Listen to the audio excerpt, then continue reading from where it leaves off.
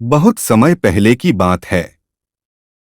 भारत के एक खूबसूरत राज्य में, जहां हरे भरे जंगल दूर दूर तक फैले थे, वहीं एक घना वन था जिसका नाम था अरण्यवन। इसी अरण्यवन में बलवान नाम का एक विशालकाय और शक्तिशाली भालू रहता था। और उसके साथ रहता था चंचल, एक नटखट और फुर्तीला बंदर। बलवान, जो अपनी ताकत और विनम्र स्वभाव के लिए जाना जाता था, जबकि चंचल अपनी तेजी, शरारतों और पेड़ों पर कूदने की कला के लिए प्रसिद्ध था। वे दोनों सिर्फ दोस्त ही नहीं थे, बल्कि एक दूसरे के लिए परिवार से बढ़कर थे। हर रोज सुबह की पहली किरण के साथ वे जंगल में साथ खेलते, मीठे फल और कंदमूल ढूंढते और एक दूसरे के साथ हंसते गाते अपना दिन बिताते। उनकी दोस्ती पूरे अरण्यवन में मशहूर थी और दूसरे जानवर भी उनकी जोड़ी की मिसाल देते थे। एक धूप भरी दोपहर, जब बलवान और चंचल जंगल के घने हिस्से में घूम रहे थे, अचानक विषधर नाम के एक भयानक और जहरीले सांप ने चंचल पर हमला कर दिया। विषधर अपने काले रंग और फुर्तीले वार के लिए जाना जाता था। चंचल पूरी तरह से भौचक्का रह गया और डर के मारे उसकी रूह कांप गई। उसने जैसे तैसे मदद के लिए जोर से चिल्लाना शुरू किया, बलवान बचाओ, मुझे बचाओ। बलवान, जो पास ही एक जामुन के पेड़ से फल तोड़ रहा था, अपने प्यारे दोस्त की चीख पुकार सुनकर तुरंत उसकी तरफ भागा। उसने देखा कि विषधर ने चंचल को अपनी कुंडली में कसकर जकड़ रखा था, जिससे चंचल की सांस अटक रही थी और उसका चेहरा नीला पड़ने लगा था।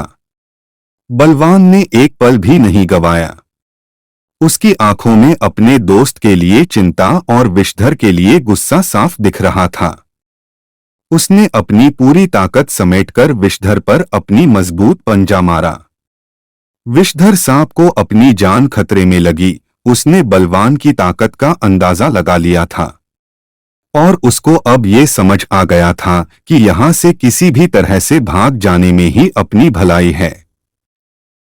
अपनी जान बचाने के लिए विषधर ने चंचल को तुरंत छोड़ दिया और तेजी से पास की नदी में कूद गया। शिकार को मजबूरी में छोड़ना उसे बहुत खल रहा था, जिससे वह भीतर ही भीतर गुस्से से तिलमिला उठा। लेकिन वह लाचार था, इसलिए वहां से भाग गया और कुछ ही पलों में आंखों से ओझल हो गया।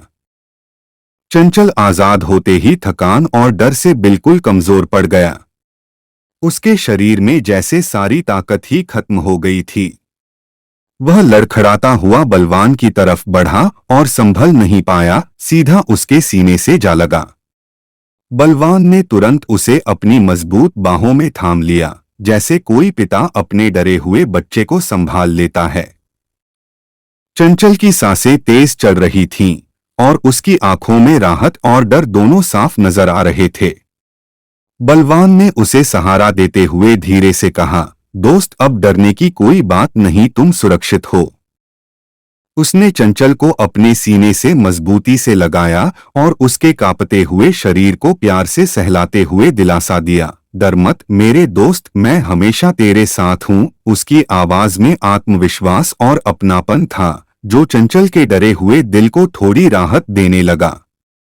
चंचल की आंखों में आंसू थे, मगर इस बार वे डर या पीड़ा के नहीं, बल्कि अपने सच्चे दोस्त के प्रति गहरी कृतज्ञता और भावुकता के थे। उसकी थरथराती उंगलियां बलवान की पीठ को थामे रहीं, जैसे वह यह यकीन कर लेना चाहता हो कि यह सब सपना नहीं है। कुछ पल दोनों वैसे ही खामोश खड़े रहे। एक ने दोस्त को बचाया था और दूसरे ने दोस्ती की ताकत को महसूस किया था। उस पल जंगल की हवा भी जैसे कुछ धीमी हो गई थी, मानो वो भी इस बंधन को निहार रही हो। उस दिन के बाद से बलवान और चंचल की दोस्ती और भी अटूट हो गई। उन्होंने एक दूसरे से वादा किया कि चाहे कोई भी मुश्किल आए, वे हमेशा एक दूसरे का साथ देंगे और एक दूसरे का ख्याल रखेंगे। उनकी दोस्ती अरण्यवन के लिए एक मिसाल बन गई, जिसने सभी को सिखाया कि सच्ची दोस्ती में कितनी ताकत होती है और कैसे प्यार और समर्थन हर बाधा को पार कर सकते हैं। जंगल में हर कोई जानता था कि बलवान और चंचल सिर्फ दो जानवर नहीं, बल्कि दो ऐसी आत्माएं थीं जो एक दूसरे के लिए बनी थीं। वे आगे भी कई सालों तक अरण्यवन में खुशी खुशी रहे और उनकी दोस्ती की कहानियां पीढ़ियों तक सुनाई जाती रहीं।